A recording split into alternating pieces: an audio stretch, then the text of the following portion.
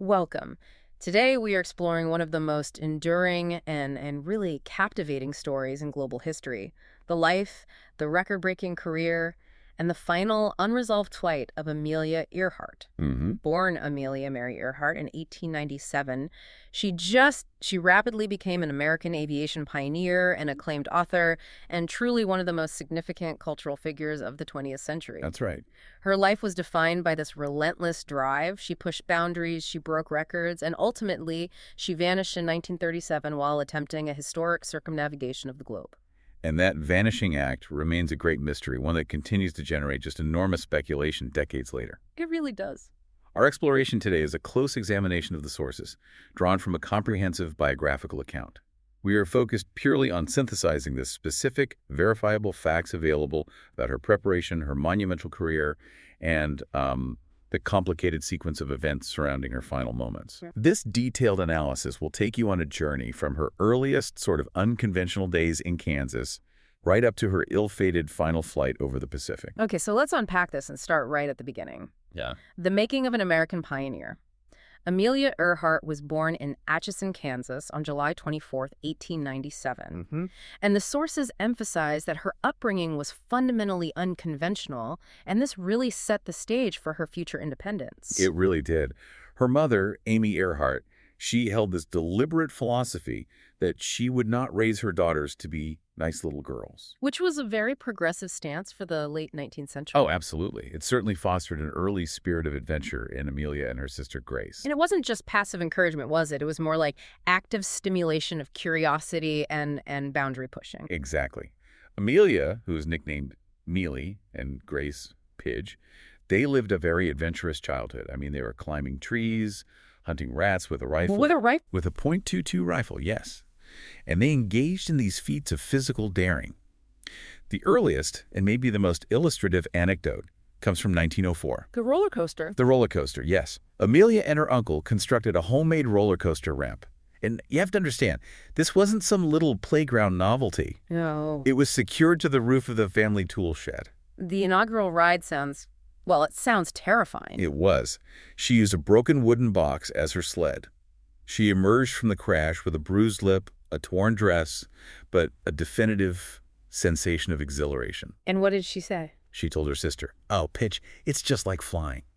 That's the first proof point, really, of that aviator mindset, the linking of risk, speed, and elation, long before she ever saw a proper airplane. But it's so fascinating that despite that feeling, that exhilaration, she still wasn't interested in actual airplanes when she first encountered one. Not in the slightest. In 1908, when she was 10, her father tried to get the girls interested in taking a flight at the Iowa State Fair. And what was her reaction? Amelia looked at the biplane and just dismissed it. She described it later in her writings as, and I quote, "a thing of rusty wire and wood and not at all interesting." Not at all interesting. Wow. Her mind was still set on the merry-go-round. This early indifference makes her later, total commitment to aviation all the more remarkable. It shows that when she finally did commit, it was absolute. And to understand that commitment, we really have to look at the financial pressures and the emotional upheaval that marked the end of her childhood. Definitely. The sources detail severe financial distress after her father, Edwin, lost his job. This was due to ongoing struggles with alcoholism. And this wasn't a slow decline, was it? No, not at all. It culminated in the auctioning off of the family home in 1914, an event Amelia described as the definitive, abrupt end of her childhood. The stability was just gone, and she entered adulthood navigating some really significant financial hurdles. And not just financial ones. That abrupt transition also coincided with a major health crisis. A profound one. During her Christmas break in 1917, while visiting her sister in Toronto, she volunteered as a Red Cross nurse's aide. This was during World War I. Right, tending to wounded soldiers returning from the front. Then, in 1918, while she was on duty, she contracted the Spanish flu during that devastating global pandemic. And the long-term physical toll of that infection was just immense. It led to chronic maxillary sinusitis, which is a painful and debilitating condition. She suffered from persistent symptoms, intense pressure around her eye, chronic headaches, copious mucus drainage. It sounds awful. The sources recount that she underwent painful and ultimately unsuccessful minor operations during her hospitalization. You really can't overstate the psychological and physical toll of fighting a chronic, painful illness while simultaneously pursuing these incredible feats of endurance. It really positions her achievements not just as triumphs of skill, but as extraordinary tests of physical grit. It provides a crucial subtext to the whole Queen of the Air persona. She sometimes even had to wear a bandage on her cheek to cover a small drainage tube. That context is vital. She was navigating these major physical hurdles while striving for global records. Okay, so let's pinpoint the moment aviation truly seized her imagination. That turning point happened in California on December 28, 1920. She and her father attended an airfair in Long Beach. Hmm. The following day, she convinced her father to pay for a 10-minute passenger flight with a pilot named Frank Hawks. The cost was $10. Which, adjusted for inflation today, is about $160. Right. And given the family's recent severe financial struggles, that was an extravagant, almost reckless expense. It just shows the depth of her immediate visceral reaction. And she later famously said, By the time I had got 200 or 300 feet off the ground, I knew I had to fly. that one brief, expensive flight just decided her future. She then committed fully and showed this intense personal discipline just to fund her dream. She did. She worked a whole series of jobs: photographer, truck driver, stenographer, saving every penny just to accumulate the $1,000 needed for lessons and her first plane. $1,000 was a fortune then, equivalent to about $18,000 today. In January 1921, she hired Nita Snook as her instructor. And her dedication went beyond just financial sacrifice. It extended to adopting the entire persona of an aviator. Including crafting her public image. Exactly. She cropped her hair short, mimicking other female flyers of the era, and she bought a second-hand, brightly colored, chromium yellow Kinner Airster biplane. Which she fondly nicknamed the Canary. The Canary, yes. She even bought a new leather flying coat, but she hated the teasing she got for having a new coat, so she aged it herself, sleeping in it and staining it with aircraft oil to give it that authentic, worn look. That's classic Amelia. Just rejecting the norms and crafting her own image of toughness. Her ascent was incredibly fast after that. It was a rapid climb. By October 1922, so just 22 months after her first flight, she set a world altitude record for female pilots at 14,000 feet. Incredible. She officially received her pilot's license, number 1617, in May 1923, becoming only the 16th woman in the U.S.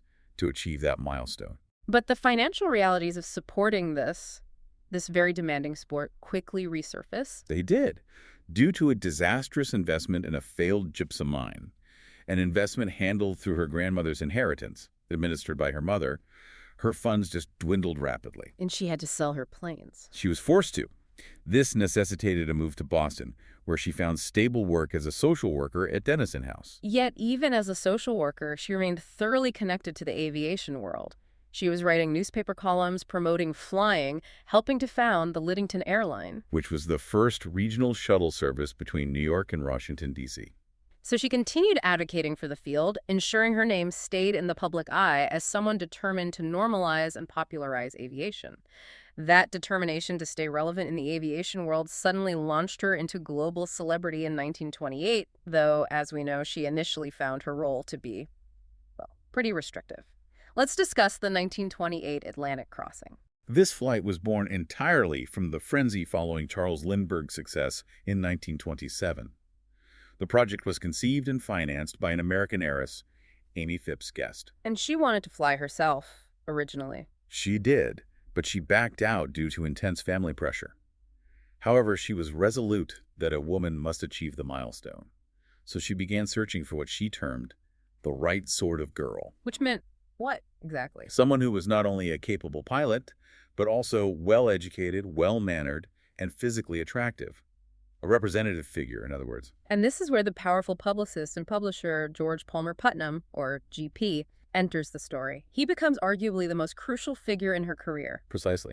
Putnam, who had successfully managed Lindbergh's best-selling autobiography, heard about the plan.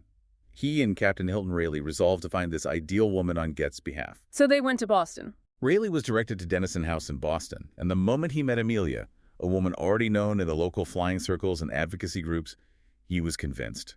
He simply asked her, "How would you like to be the first woman to cross the Atlantic?" And she agreed, but not without some trepidation and conditions. Absolutely. She made it immediately clear that being a mere passenger was fundamentally unappealing. She wanted to take the controls. But she couldn't. The logistical reality was that she lacked the experience and the specific requirements for this endeavor: multi-engine aircraft handling and non-visual instrument flying, which was essential for crossing the Atlantic. Despite these limitations, she was formally granted the title of commander aboard the Fokker FBI trimotor, the Friendship. She had authority over all policy and personnel. Even though Wilmer Stultz was the primary pilot and Louis Gordon the mechanic. Yes, and the flight itself sounds incredibly tense. Oh, it was complicated and fraught with anxiety. They were delayed repeatedly in Newfoundland due to gales and thick fog. When they finally took off on June 17, 1928, they were almost immediately plagued by dense fog and cloud cover. Which meant Stultz had to fly entirely on instruments. Right. Because Earhart wasn't proficient in instrument-only flying, she couldn't take the controls, so she kept the flight log instead. And crucially, their radio failed early on, meaning they lost the ability to transmit or receive messages, which just added to the tension. After merely 21 tense, blind hours, they landed in the Bury Estuary in Wales, and this is the moment that defined her next 4 years. Her immediate, candid reaction upon landing really revealed the depth of her ambition. She said, "I was just baggage like a sack of potatoes. Maybe someday I'll try it alone." Just baggage. Despite this limited role and her own dissatisfaction, she became the instantaneous focus of intense public and media attention. The subsequent American reception was just overwhelming. She received a ticker tape parade in New York, a massive public display of adoration. And was received by President Calvin Coolidge at the White House. Despite her modesty and her insistence that the men deserved the credit, she was instantly and perhaps unfairly dubbed Lady Lindy and the Queen of the Air. And this is where G.P. Putnam's marketing acumen came into full effect. He managed every aspect of her burgeoning career, organizing extensive lecture tours, securing lucrative endorsements for products. Luggage, clothing, even Lucky Strike cigarettes. That's right. It's notable, though, that she often used her commercial success for higher purposes. The money from that cigarette endorsement, for example, was redirected by her to help fund Richard Byrd's Antarctic expedition. She masterfully balanced that celebrity status with genuine aviation advocacy. She wasn't just a face, she was a voice. She was. She served as an associate editor at Cosmopolitan, campaigning actively for aviation acceptance, particularly championing women's roles in the field. And that advocacy was formalized when she co-founded the 99s. An organization specifically for female pilots. She became its first president in 1930. She understood that her visibility could pave the way for other women. Her personal life also became a matter of public fascination, especially her marriage to George P. Putnam in 1931. And their union was anything but conventional. She described it as a pragmatic partnership with dual control. The wedding day letter? Yes. The sources provide powerful insight into her views via a letter she delivered to him on their wedding day, stressing her progressive views and her independence. She wrote that she would not hold him to any medieval code of faithfulness, nor consider herself similarly bound. Incredible. She stressed her independence in every way, kept her own name, and laughed off the New York Times when they mistakenly called her Mrs. Putnam. This dedication to independence and her previous baggage comment set the stage for the definitive achievement that validated her reputation, the solo transatlantic triumph in 1932. On May 20, 1932, exactly 5 years after Lindbergh's solo flight, she departed solo from Harbor Grace, Newfoundland, in her Lockheed Vega 5B. The plan was to emulate Lindbergh by landing in Paris. But the flight was brutal. The sources describe a harrowing experience. It lasted just under 14 hours and 56 minutes, and she battled strong northerly winds, intense icing that coated the wings, and significant mechanical problems. Including a cracked manifold that was spewing flames. Yes, spewing flames and threatening engine failure.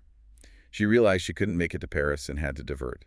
She eventually landed, crashed, really, in a pasture in Culmore, Northern Ireland. And an anecdote that followed is just legendary. When a local farmhand approached her and asked if she had flown far, She simply replied, "From America." that landing was a monumental moment. It secured her place as the first woman to fly solo nonstop across the Atlantic. And the accolades poured in almost instantly. She received the Distinguished Flying Cross from the U.S. Congress, the French Legion of Honor, and the prestigious National Geographic Society Gold Medal from President Hoover. Her increased celebrity also led to significant political connections, perhaps most notably her close friendship with First Lady Eleanor Roosevelt. Very close. They communicated frequently, and Roosevelt shared her keen interest in women's causes and aviation. And Roosevelt was reportedly so inspired that she took a flight with Earhart. She did, and even obtained a student flying permit herself, although she didn't pursue her flight training further. This relationship really highlights how Earhart translated personal accomplishment into cultural and political influence. And she just continued to set benchmarks throughout the mid-1930s. Yes. In January 1935, she became the first aviator, male or female, to fly solo from Honolulu, Hawaii to Oakland, California. And the sources note this flight was almost routine for her by that point. Mainly routine for her, yes.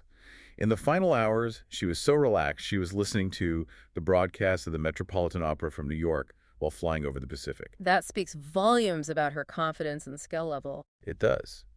She was also relentlessly competitive, even when she was outmatched by technology. She finished fifth in the 1935 Bendix Trophy long-distance air race. And the sources clarify that this was the best result she could have achieved in her stock Lockheed Vega. It was simply outclassed by other custom-built racing aircraft. And that really proved to her that if she wanted to take on the truly epic challenges, she needed a new machine. By 1935, she conceived of her ultimate goal, a circumnavigation of the globe as near its waistline as could be. That unprecedented goal required a major shift in resources and a completely new aircraft. So let's look at the extensive preparation for her final circumnavigation. This endeavor was so massive it required institutional support.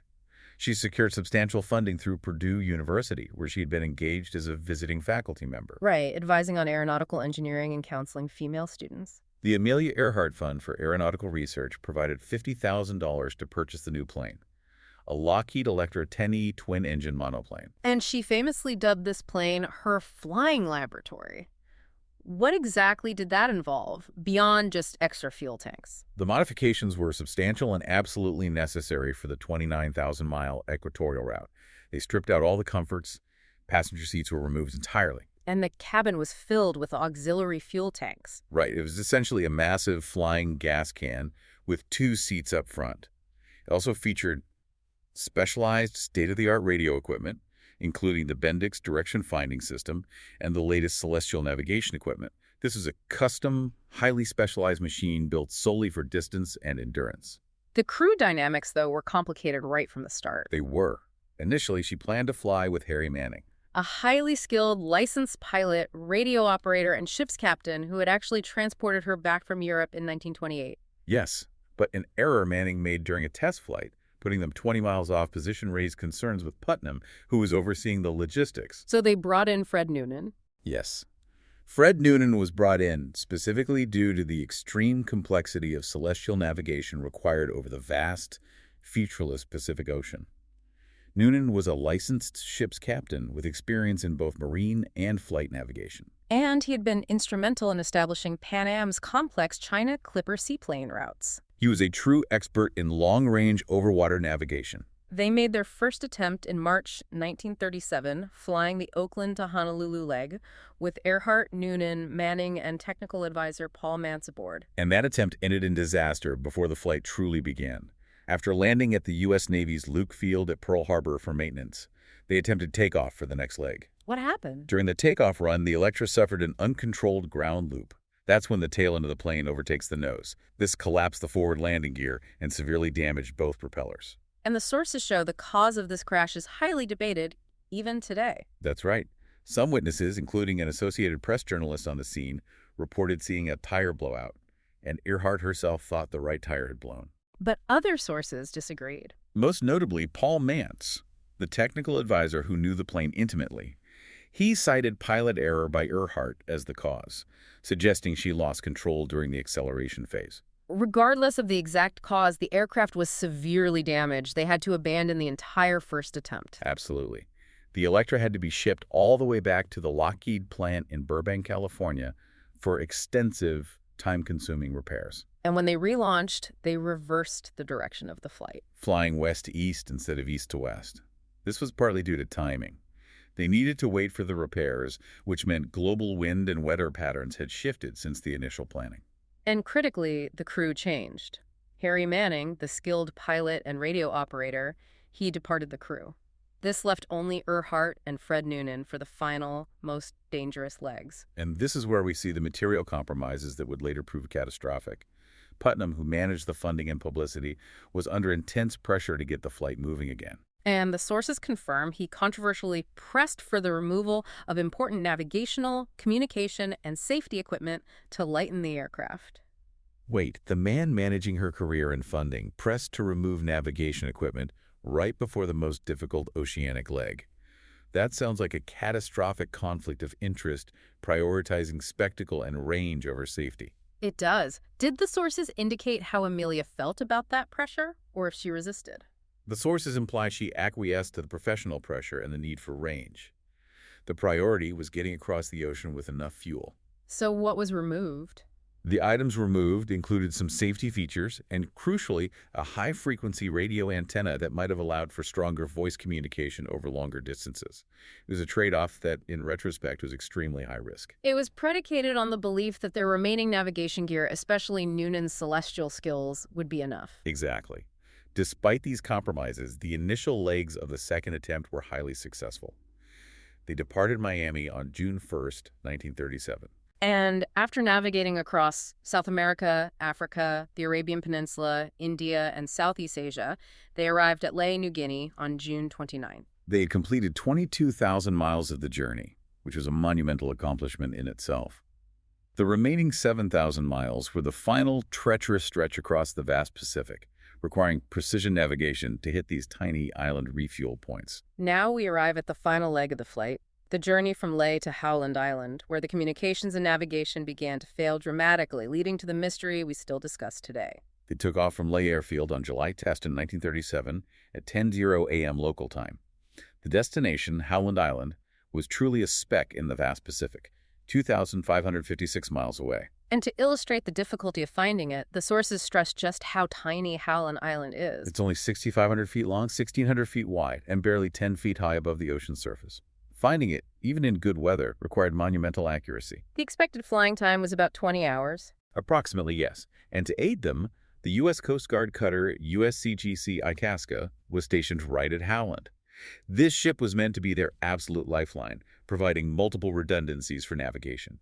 It was tasked with providing radio communication via voice and Morse code, Transmitting a homing signal, utilizing radio direction finding, or RDF, and even creating a dark column of smoke from its boilers visible over the horizon. It was a massive naval effort dedicated to guiding them in. Yet tragically, the sources conclude that all of these navigation methods, voice, Morse, RDF, and visual, failed to guide Earhart and Noonan to Howland Island. It is just a devastating story of proximity and misconnection. Let's detail the radio communication breakdown. Okay. Earhart's voice transmissions, using her call sign KHAQQ, were strong and clear to the Itasca's receiving equipment. This indicates the electric transmitter was working well. But she couldn't hear them. Correct. Earhart herself was unable to hear the ship's voice replies. This suggests a fundamental incompatibility or a failure on the electric's receiving end. When did the crisis truly begin? It began around 6:14 a.m., local Howland time. Earhart requested a bearing, estimating they were within 200 miles, and then she whistled into the microphone to provide a continuous signal. Which is necessary for the ship to track their direction. Exactly. And this is the moment the Itasca crew realized their radio direction finding system, their primary guidance tool, could not tune into the aircraft signal on 3,105 kilohertz, the frequency Earhart was using for voice. So the Itasca could hear her clearly, but they could not use their sophisticated equipment to tell her where she was relative to them, or vice versa. That is the core of the tragedy. Radio man Leo Bellart's later commented that he was sitting there sweating blood because I couldn't do a darn thing about it. They knew she was close, but their technical incompatibility rendered their most crucial tool useless. Despite this failure, Earhart and Noonan were clearly closing in. Agonizingly close. Huh. At 7:58 a.m., Earhart's transmission was reported as the loudest possible signal, a critical detail confirming they were definitely in the immediate area of Howland. And she asked them to send voice signals. She did, so she could try to take a radio bearing using her onboard equipment. But because the ship couldn't transmit voice on that specific frequency she requested, they sent high-speed Morse code instead. And she couldn't use it. She acknowledged receiving the code, but still reported that she was utterly unable to determine direction. It sounds like a cascade of compounded errors that went far beyond just the radio incompatibility. Multiple factors contributed to this final failure. First, there was a confusing time discrepancy. Earhart and the Itasca were operating on time systems set a crucial half-hour apart. Greenwich Civil Time versus Naval Time Zone designation. Right. This led to misaligned communication schedules. The ship often missed Earhart's critical windows for communication because they were transmitting or listening half an hour too early or too late based on her flight plan. And then there was this specific technical deficiency with the newly installed Bendix direction finding system on the Electra. This is a vital point. The system used a rotating loop antenna. In theory, you rotate the antenna until the signal is at its minimum, or weakest point. The bearing of that minimum signal should point to the radio beacon. But her training on this complex system was minimal. A brief introduction by Joe Gurr at the Lockheed factory. The card detailing the antenna's band settings was even mounted so she couldn't see it easily. And why couldn't she find that minimum signal? Because of the environment and the system's limitations? Close to the target, the signals were so strong and there was so much atmospheric distortion over the water that the minimum signal necessary for accurate triangulation simply blurred into the maximum signal. So she had no way to gauge direction. Without being able to pinpoint the minimum signal, she was flying blind despite being within shouting distance. Her final known position, just before contact was lost, was based entirely on Noonan's astronomical navigation. That's correct. The last voice transmission indicated she and Noonan were flying along a line of position running north to south, 337 degrees. This line was calculated by Noonan based on celestial readings taken hours earlier. And the plan was to fly up and down that line until Howland Island came into sight. Or until the radio guidance finally worked. They had simply run out of time and fuel searching along that line. Contact was lost shortly after, despite frantic attempts by the Itasca to reach them with both voice and Morse code. The sources confirmed the U.S. government concluded in its subsequent report that the Electra simply ran out of fuel and crashed into the ocean near Howland Island. It's just a terrible human tragedy. Running out of fuel and disappearing over the vast, empty Pacific at age 39, a devastating end to such a spectacular career. It's also important to note that the official declaration of her death was not immediate. No, it wasn't. It didn't occur until January 5, 1939. And this was not based on a definitive recovery of evidence, but purely for financial and legal reasons. Putnam needed to become the trustee of her estate to handle her affairs. The fact that no physical evidence was ever definitively found is precisely what keeps the story active and sustains the enduring mystery. Let's look at the sheer scale and cost of the immediate aftermath. The initial air and sea search undertaken by the U.S. Navy and Coast Guard was truly unprecedented in U.S. history up to that time. It was an enormous logistical effort. It lasted until July 19, 1937, covering over 250,000 square miles of ocean. And the cost was just staggering. $4 million in 1937. Which is the equivalent of $87 million in today's money. And despite that massive, concentrated effort, no physical evidence of Earhart, Noonan, or the Electra was ever found. That initial uncertainty was instantly compounded by amateur radio reports claiming to hear her signals long after she should have run out of fuel. The airwaves became chaotic. An amateur radio operator in Oakland, for instance, reported hearing emergency transmissions, including one on July 3, identified as Earhart's voice, accompanied by her plane's call letters. And a later faint message allegedly said, "Cannot hold out much longer." Putnam believed these signals were authentic because they were timed precisely within 5 minutes of the half hour, the expected interval for SOS messages, according to her flight plan. But military sources were skeptical. They were. The captain of the USS Colorado, which joined the search, noted later that the sheer volume of stations calling on her frequency, many of them confirmed hoaxes or phantom signals generated by static, added to the confusion and doubtfulness of the authenticity of the reports. So if the government concluded the plane crashed near Howland due to lack of fuel, why does the speculation persist globally? Let's review the main theories, impartially, starting with the prevailing professional belief. Right. The general belief, held by the majority of historians and several military figures present at Howland, is the ocean crash. They believe the plane ran out of fuel and went into the sea near Howland, resting potentially at a depth of 17,000 to 18,000 feet.